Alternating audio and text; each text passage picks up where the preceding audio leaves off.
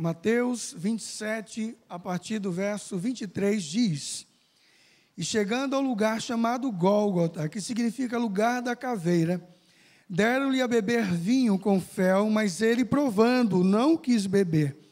Depois de o crucificarem, repartiram entre si as suas vestes, tirando a sorte. E assentados ali o guardavam. Por cima da sua cabeça puseram escrita a sua acusação: Este é Jesus, o Rei dos Judeus.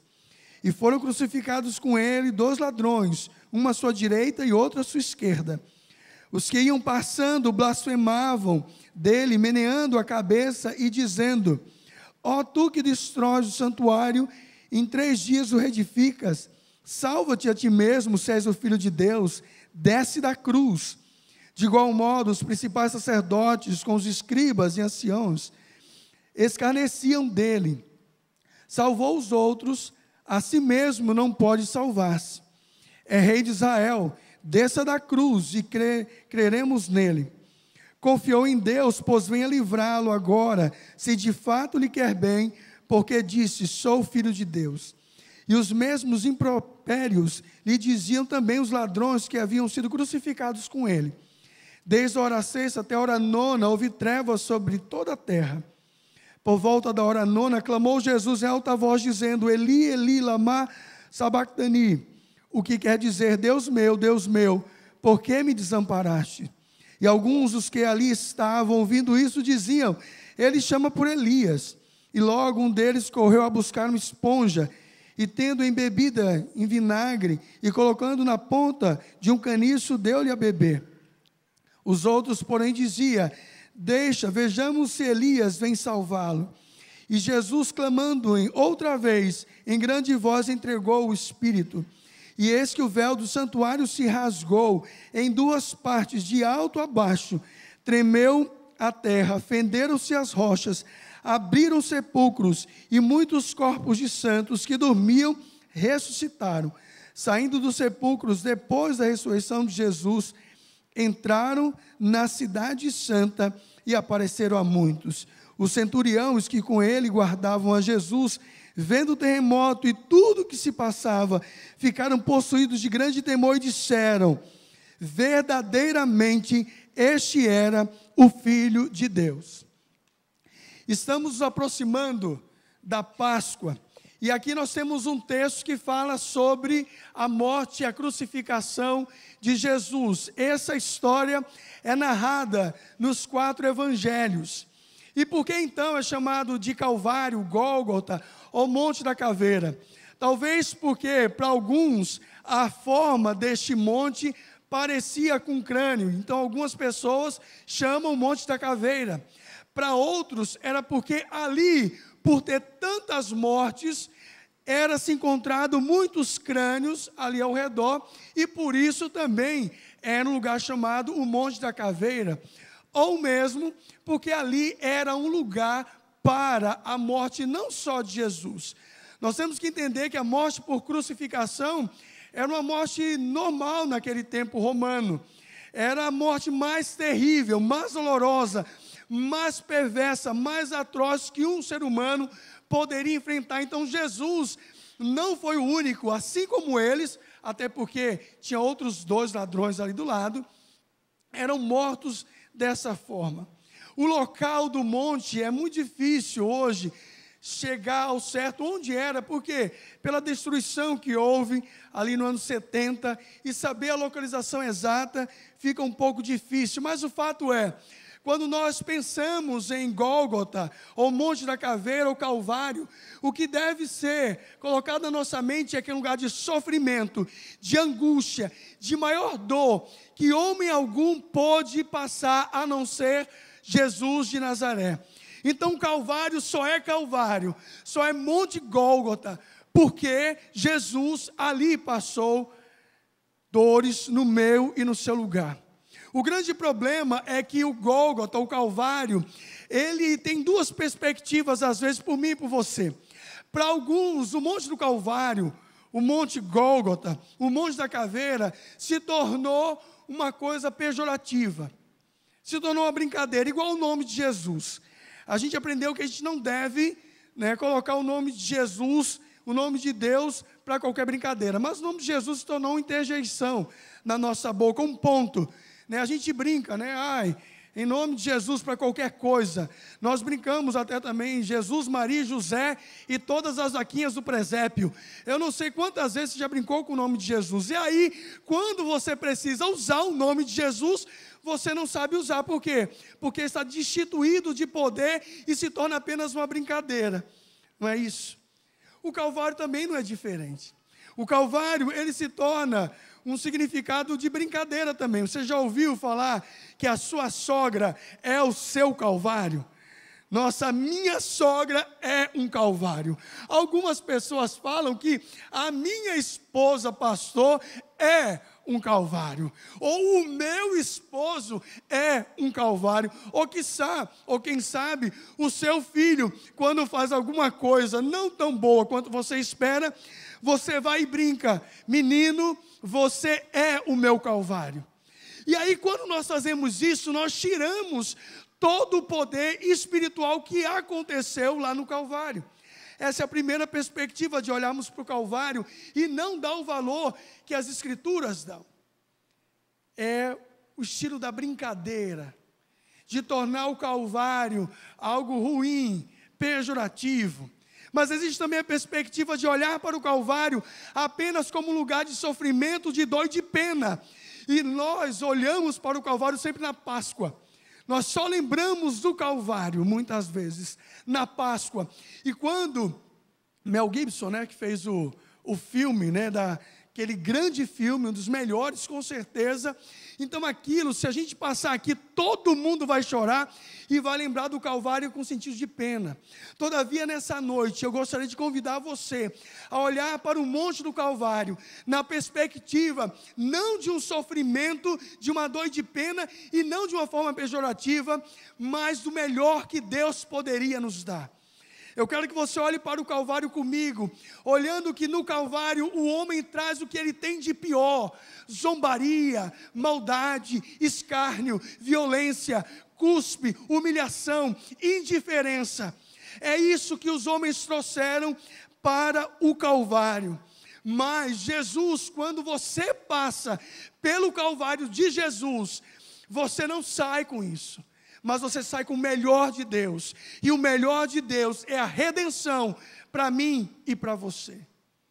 O Calvário precisa ser visto nessa dimensão. E algumas pessoas, eu vejo que diz: olha, pastor, a minha vida é um calvário, a minha vida não tem sentido, a minha vida é um vazio constante, a minha vida é uma vida que eu gostaria até de tirar. E quantas pessoas estão se matando, cometendo suicídio, simplesmente porque não passaram pelo monte do Calvário com Jesus. Porque quem entra, ou quem encontra Jesus lá no monte do Calvário, encontra aquilo que foi o ápice da história.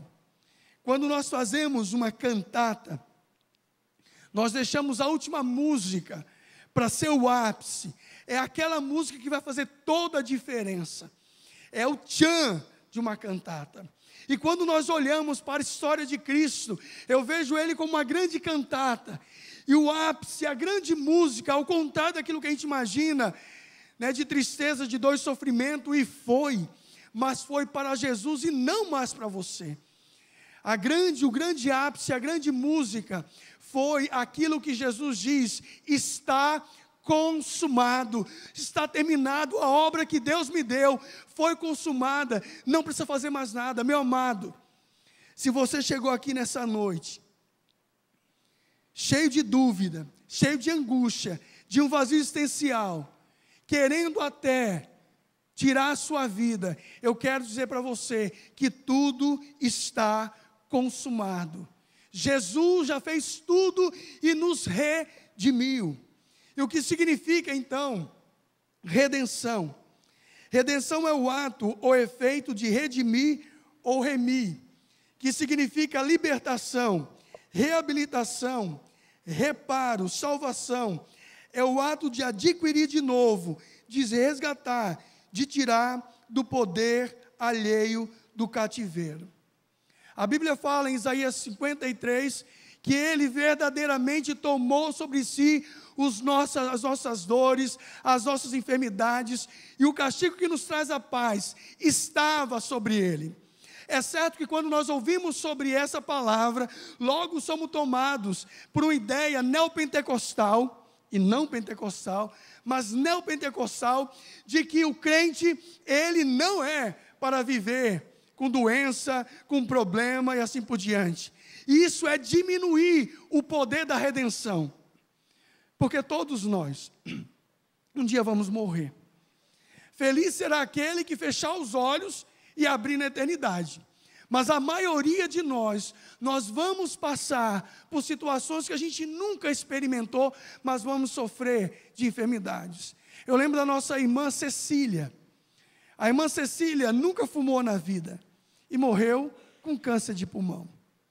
Talvez você e tantas outras pessoas conhecem tantas outras situações de dor física, de pessoas que nunca experimentaram qualquer outra coisa e morreram de alguma coisa. Então Cristo, Ele não padeceu na cruz do Calvário para nos tirar a enfermidade. O maior problema não é a enfermidade no nosso corpo, mas a enfermidade no seu coração, que se chama pecado. E hoje, ninguém quer falar mais sobre pecado. Sabe por quê? Porque não está na moda. Porque é feio, envelhece e machuca. Falar em pecado é levar as pessoas para longe da igreja. Por quê? Porque a gente vive naquela filosofia, atrás do trio elétrico, só não vai quem já morreu. Então tem muita gente no caminho largo, caminho espaçoso. Mas eu quero dizer para você que está aqui na igreja e você que nos assiste, o pecado mata, mas só Jesus resolveu o problema do pecado lá na cruz do Calvário, nos dando e nos assegurando uma palavra que é redenção. Ele te libertou do cativeiro das trevas, e diz Colossenses 1, 13 e 14, que Ele nos resgatou do império das trevas e nos transportou para o reino do Filho do seu amor. Quando Jesus, Ele lá na cruz do Calvário, pagou a minha culpa e a sua culpa, e aí você pode imaginar, pastor, eu tenho alguns problemas, eu passo por situações, e eu lembro que uma mulher chamada Joni Eareckson, ela era uma jovem normal, e um dia, por um acidente, ela ficou tetraplégica. Joni Eareckson não tinha mais esperança para a vida, mas ela encontrou a esperança em Jesus. E você poderia dizer, isso é um calvário, pastor, isso é um sofrimento. Joni Eareckson, no seu livro, Um Passo a Mais, ela escreve sobre outro sofrimento pior. Ela fala de uma mulher que foi visitada por alguns ladrões. Os ladrões entraram na casa dela, estupraram essa jovem. Depois violentaram, bateram a ponto dela quase morrer. E os ladrões achavam que ela tinha morrido, mas não morreu. Os ladrões foram embora. E eles se esqueceram que tinha deixado uma prova na casa dessa mulher. Eles voltaram. E quando eles voltaram, o que é que essa mulher estava fazendo? Com um pouco de força que existia nela, ela tinha pego o telefone e tentado ligar para a polícia. Quando os ladrões chegaram lá, eles ainda mais açoitaram ela, violentaram ela, e ainda assim, ela não morreu. E você pode pensar, meu Deus, isso não é um sofrimento? Pastor, a gente não sofre, meu amado. Eu acredito que nós sofremos, mas o sofrimento que nós passamos é nosso, não é de ninguém. E Jesus, lá na cruz do Calvário, lá no monte do Calvário, Ele sofreu todos os nossos problemas, todas as nossas dores, todas as nossas transgressões. Pense no pecado mais vil que está dentro do seu coração agora. Pense naquilo que você já cometeu, que ninguém sabe, mas você sabe. Pense em cada leviandade, em cada lascívia, em cada culpa, em cada angústia, em cada desespero. Você soma tudo isso com a humanidade e coloca ali em Jesus. E lá no Calvário, naquele monte, Jesus reuniu tudo isso para que hoje eu não sofra mais as penalidades do pecado. E isso é a redenção que nós temos. E por isso que eu convido você mais uma vez a olhar para o Monte do Calvário, não de forma pejorativa e nem de forma só se lamentar, mas olhar para aquele ato e dizer: Senhor, obrigado, porque como diz uma música, foi no Calvário. Não sei quantos lembram dessa música que diz: foi no Calvário que ele sem falar mostrou ao mundo inteiro o que é o amar. Foi no Calvário que ele sem falar mostrou ao mundo inteiro o que é o amar. No Calvário os homens levaram o que ele tinha de pior, e Deus deu o que ele tinha de melhor, e o que ele tinha de melhor era a redenção. A minha pergunta para você nessa noite é: o que você hoje trouxe? Quais as listas você trouxe de problemas que o Calvário não resolva? Quais são as listas que você pode trazer e encontrar a solução para cada um dos seus problemas? Porque lá no Calvário, ele tomou o impossível e tornou impossível. E por isso eu quero dizer para mim e para você: em Jesus, na sua redenção, na sua libertação, nós temos vida, e por isso que podemos dizer vida em abundância. E o que é que aconteceu então no Calvário? A primeira grande verdade do Calvário é que o Calvário é um lugar de libertação. Daí você pode dizer: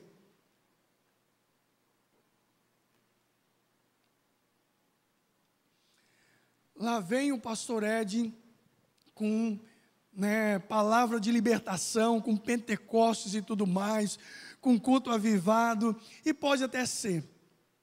Mas seria muito fácil que a grande libertação que acontece é sempre a libertação em relação à batalha espiritual, porque todas as vezes que a gente pensa na palavra libertação, o que é que você pensa? Normalmente, nós somos induzidos a acreditar que libertação tem a ver com possessão demoníaca, com gente espumando, virando o olho, com gente caindo no chão, falando com outras vozes. Então a gente é tentado a fazer isso. Mas se libertação dependesse só disso, seria uma bênção. Se resolver o problema do povo é tirar demônio das pessoas, seria a coisa mais fácil. Mas a libertação aqui que Deus, através de Jesus, conquistou na cruz do Calvário, através da redenção que dá para mim e para você, é uma libertação do coração. É a libertação, quando diz Tiago, que do coração do homem é que procede os maus desejos, os maus pensamentos, as lascívias, tudo que é de ruim procede do nosso coração. E Mateus, no capítulo 5, verso 21 e 22, Jesus diz: não matarás. Todo aquele que odiar o seu irmão, que tiver raiva do seu irmão no seu coração, está cometendo o pecado de assassinato. Jesus diz: eu, porém, vos digo. Os antigos diziam que é o ato, eu estou dizendo que é simplesmente o fato de você odiar ou ter raiva de alguém. Aí você vai dizer: pastor, mas eu não tenho raiva de ninguém. Eu não odeio ninguém, nunca, jamais eu odiei alguém, pastor. Eu não odeio, pastor, só tem uma coisa. Sabe, se tiver vivo ou morto, para mim é a mesma coisa. Mas eu não odeio. Pastor, sabe por que eu amo o céu? Eu amo o céu porque o céu é eterno. E vai ser uma bênção, pastor. Porque as pessoas que eu não gosto, com certeza vão para o céu também. Mas eu não gosto. Mas sabe qual é a grande bênção, pastor? Eu vou ter a eternidade para não ver essa pessoa. Eternamente eu não vou me encontrar com ela. Não que eu odeie, pastor. Eu não odeio ninguém. Simplesmente eu não gosto.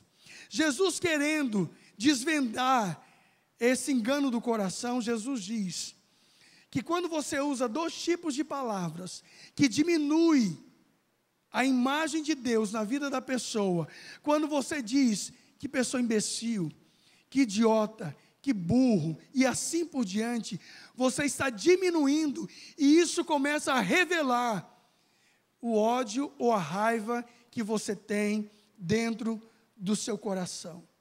Jesus, ele poderia trazer uma lista de pessoas que ofenderam, que magoaram, que decepcionaram. Não é porque uma pessoa diz sim no altar, que vai dizer sim sempre na sua vida conjugal. Não é porque um dia o seu chefe disse muito obrigado para você, que ele sempre vai ser bondoso. Não é porque um amigo um dia foi seu companheiro, que ele vai ficar com você para o resto da vida. Jesus, ele poderia ter uma lista de ofensas. Pedro, que o negou. Os irmãos que não creram nele. Os discípulos que não estavam com ele na hora da crucificação. As pessoas que nem conheciam ele, mas que passavam distante e balançavam a cabeça e também lançavam impropérios. Jesus tinha uma lista de problema para se magoar, para se ofender e para não perdoar. E você pode me dizer, pastor, mas Jesus é muito alto. Claro que eu nunca vou ser igual a Jesus. Então eu vou descer um pouquinho a lista e vou colocar para alguém como eu e você. O nome deste jovem era José. José, ele tinha uma lista também de pessoas que o magoaram. Seus irmãos o rejeitaram, venderam como escravo. Chega na casa de Potifar, já como escravo no Egito, e vem a mulher de Potifar e começa a seduzir José. José é preso por isso e fica quantos anos preso? Alguns dizem 12 anos, outros dizem 13 anos, eu não sei ao certo, mas o fato é, imagina você ficar preso por uma mentira de alguém, 1 ano, 2 anos, 3 anos, 4 anos. Imagina você viver uma mentira no seu relacionamento. Imagina você ouvir que alguém está falando mal de você. Imagina quando você escuta que as pessoas não estão sendo honestas ao falar de você. Imagina Jesus ouvir que havia e que existia um grupo de líderes que deveriam abençoá-los e se reuniu na calada da noite para tramar a sua condenação. Jesus poderia ter uma lista. José também poderia ter uma lista de ofensas e viver amargurado.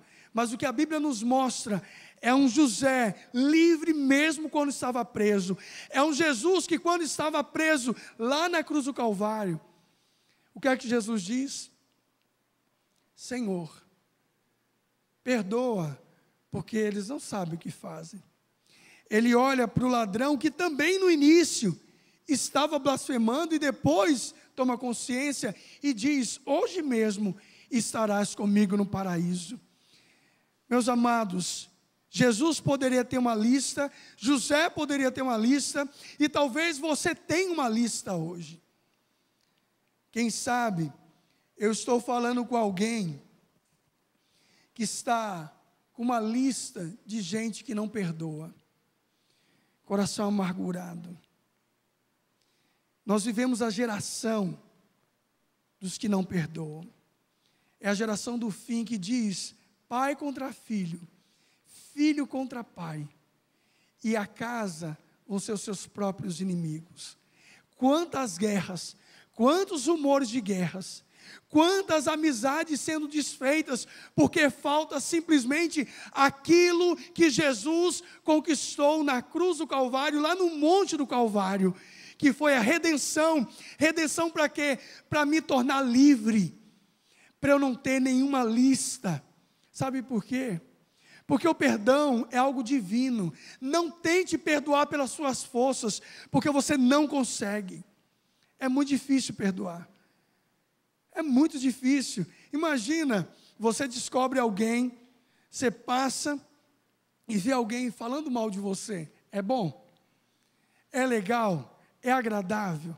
Nossa, falem mal, falem bem, mas fale de mim, é isso que você gosta? Claro que não. Quando você escuta isso, isso amarga o seu coração.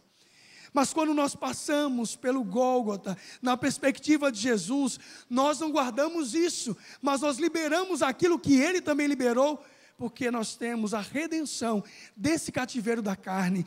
Você não perdoa, não porque você não tem capacidade, mas porque você não quer obedecer a Cristo. Qual é a lista que você trouxe nessa noite? E Deus quer que simplesmente você rasgue essa lista e receba a redenção. Uma outra verdade do Gólgota é que no Calvário é um lugar de milagres.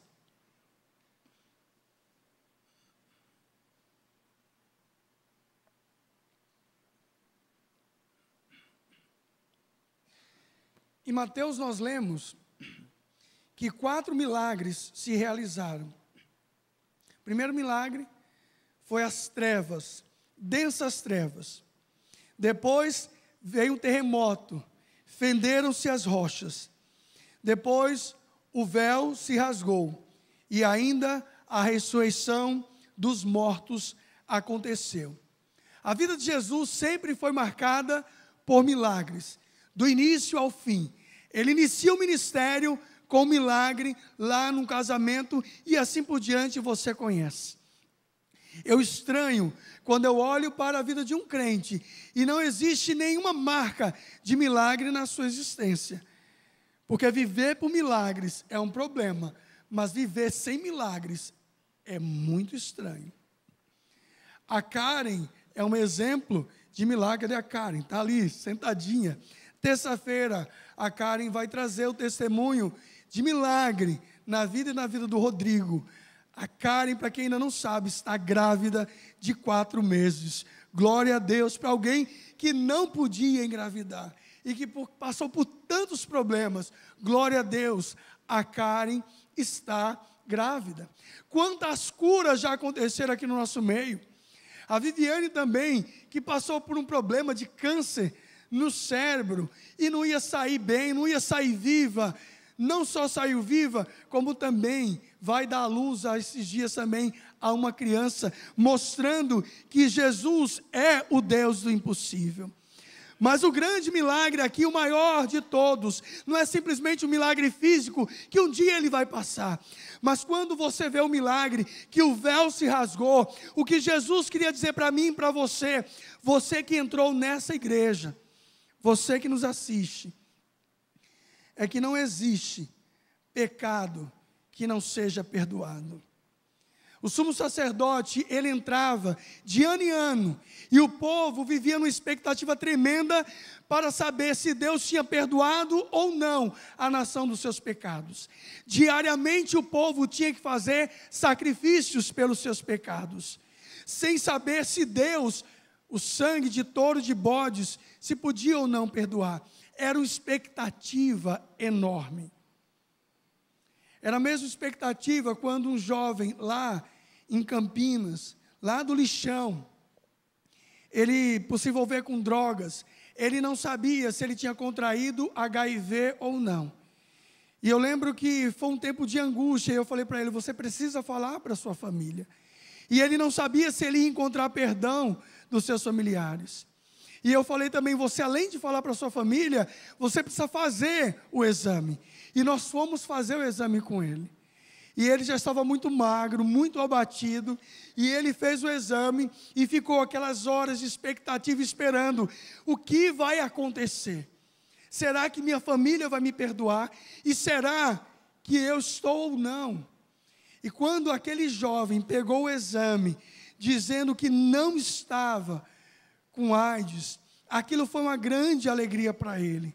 Mas a maior alegria foi quando o pai e a mãe disseram, filho, custe o que custar, você nunca vai deixar de ser o meu filho, ainda que você seja um drogado, e ainda que você se tornasse ou tivesse tornado uma pessoa com um soro positivo, você continuaria sendo nosso filho, porque nós queremos dizer que nós te perdoamos. E lá na cruz do Calvário, lá no Monte Gólgota, a redenção aponta para isso.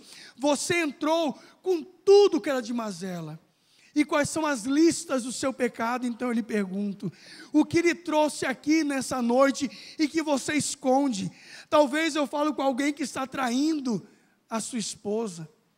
Talvez eu falo com alguém que está me ouvindo, alguém que está traindo o seu esposo, alguém que não respeita mais os pais. E eu quero dizer para você que em Jesus, lá no Gólgota, a redenção que Ele nos deu, perdoa qualquer tipo de pecado. Qual é a lista que você tem? Mas a grande questão é, você não pode sair daqui da mesma forma que você entrou. 1 João 1,9 diz, se confessarmos os nossos pecados, Ele é fiel e justo para nos perdoar os pecados e nos purificar de toda a injustiça. Qual é a lista de pecado que você trouxe? O véu, ele foi rasgado para que você não dependa mais dessa expectativa de que alguém vai te dar o veredito de absolução. Você pode chegar hoje e em nome de Jesus, pela redenção que recebemos lá no Gólgota, ser perdoado de qualquer tipo de ofensa e pecado. E por final, o Gólgota é um lugar de comunhão. Quando alguém está para morrer, todo mundo quer ouvir as suas últimas palavras. E as últimas palavras de Jesus foram dirigidas para o Pai. A primeira, a quarta e a última foram dirigidas para Deus Pai. Quando sofremos, nós não pensamos em ninguém. E as outras palavras que Jesus mencionou foram dirigidas para as pessoas que estavam ao seu redor. Jesus, ele começou o seu ministério orando. E ele terminou o seu ministério também em oração. Em Filipenses capítulo 2, verso 8, fala sobre a humilhação de Cristo. Ele, sendo Deus, se tornou como homem e abriu mão do exercício da sua autoridade e do seu poder. Tudo que Jesus fazia era na dependência de Deus Pai. Ele não fez nada que ele queria, por vontade própria, por decisão própria. Ele fez tudo em obediência. E obediência é sinônimo, dependência de comunhão. Você imagina se você tivesse o poder de Jesus? Você imagina se em você habitasse toda a plenitude da divindade? Você lembra daquele momento que Jesus olhou para aquela figueira, aquela árvore, chegou lá, não tinha fruto, e o que é que Jesus fez? Ele secou. Você imagina quando você pegasse alguém que fica te apurrinhando, aquela pessoa bem chata, aquela pessoa que parece que foi gerada os 9 meses no suco de limão, bem azeda. Imagina se existe essa pessoa do seu lado. Se você tem o poder de Jesus, o que é que você vai fazer? Seca. Né? Imagina se você tem o poder de Jesus e você está no barco dormindo tranquilamente depois de um dia de trabalho e chegam os discípulos desesperados clamando, Jesus, acorda Jesus. Se você está no lugar de Jesus, o que é que você poderia fazer? Você ia sair do barco, andar sobre as águas e deixar eles a ver navio. Ah, vai encher a cabeça de outra pessoa. Mas Jesus, ele nunca usou o seu poder em benefício próprio, mas ele sempre usou em dependência. E dependência quer dizer comunhão. Quando nós passamos por sofrimentos, e você vai passar, e eu vou passar, ou já estamos passando, o que vai fazer com que a gente sobreviva é a nossa capacidade de depender de Deus e de ter comunhão com Ele. Jesus, ele diz, Deus, por que me desamparastes? E sabe o que é que ele faz? Mesmo desamparado, ele ampara e diz, eis aí a tua mãe, eis aí o teu filho, hoje mesmo estarás comigo no paraíso. Então o que é que Jesus quer dizer para você no Monte do Calvário? Mesmo em meio à dor, eu nunca me esqueci de você. Imagina agora, glorificado, eu nunca vou me esquecer das tuas lágrimas. Então agora a pergunta é: quais são as listas de medo, de ansiedade que te traz aqui nessa igreja? Durante um bom tempo, eu, o Robson e a Ione, nós temos orado por problemas bem específicos do Robson. E chegamos no final do ano passado e a gente chegou: Deus, nós estamos esperando pelo mover do Senhor. E nós não tínhamos visão de absolutamente nada. Mas Deus, Ele nunca chega atrasado. E com certeza, Ele cuida dos seus. E Ele sabe aquilo que você pode suportar. E Ele pode abrir um caminho onde não existe nenhum caminho. E é isso que Deus tem feito na vida do Robson e da Ione. Tem aberto o caminho onde não há caminho. Sabe por quê? Porque existe dependência na vida daqueles que entram em comunhão. Eu não sei como você entrou aqui, mas eu posso imaginar quantas listas de pessoas que te ofenderam, listas de pessoas, de pecados que você tem ofendido a Deus, e lista também de medo e ansiedade. E nessa noite, o que Deus quer que você faça é que você traga essas listas, entregue a Deus e saia do Calvário, não de forma pejorativa, ou mesmo com pena ou sofrimento de Jesus, mas saia com a palavra de vitória. Ele venceu para que você perdoasse. Ele venceu para que você fosse perdoado. Ele venceu para te dar comunhão para o resto da sua vida. E no momento do sofrimento, Ele diz para você: nunca te deixarei. Esse é o nosso Deus, que conquistou tudo isso lá no Monte do Calvário, para mim e para você. O Monte do Calvário é o lugar que a gente leva o pior que nós temos. E nós saímos com o melhor que Deus tem, e o melhor é redenção. Baixa a sua cabeça, vamos orar.